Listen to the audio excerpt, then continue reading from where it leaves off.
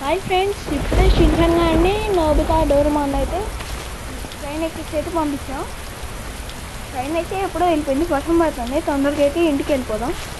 నీ అదా తొందర కార్ ఎక్కు. వస్తున్నా తమ్ముడు.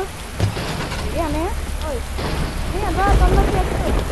వస్తున్నా నేనైతే తొందరగా ఎక్కువ ఎక్కేసాడు. ఇప్పుడైతే మనం ఇంటికి వెళ్ళాలి. ఫోన్ చేస్తాడు. ఇంకో అన్న చెప్పు. బాబు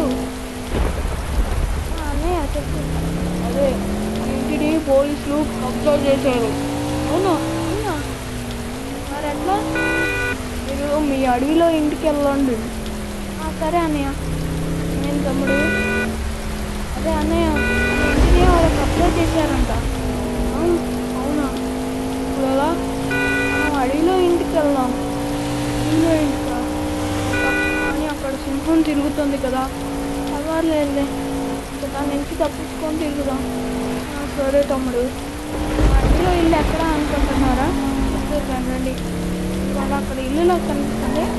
చూడడానికి ఎంత పాతగా ఉన్నా అదే మా మొదటి ఇల్లు. దాని నుంచి మేము పైకి వెళ్ళిపోతాం. అయితే ఇంటికి వచ్చేసాం. కూడా తగ్గిపోతాను.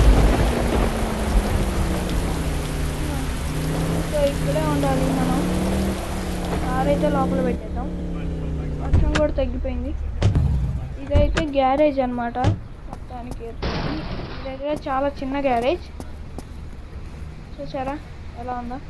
అని అక్కడేం చేస్తున్నావు? ఇట్లా వస్తున్నా తమ్ముడు. అలాగే ఏడా అన్నయ్య? అన్నయ్య వచ్చాడు.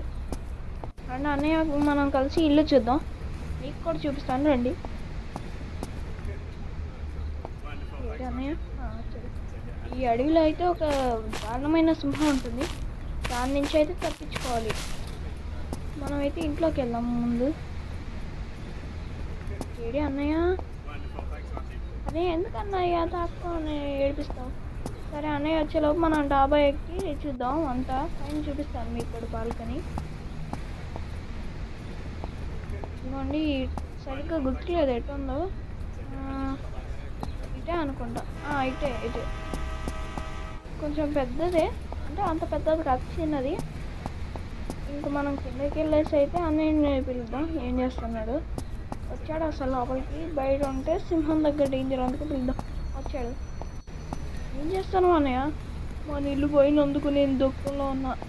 ఫ్రెండ్స్, చూసారుగా మా అన్నయ్య బాధని. మీరు లైక్ చేసి సబ్స్క్రైబ్ చేసి కామెంట్ చేయండి. ఇల్లుని ఇచ్చేయండి అని, పోలీస్ ఇల్లుని ఇచ్చేయండి అని కామెంట్ చేయండి.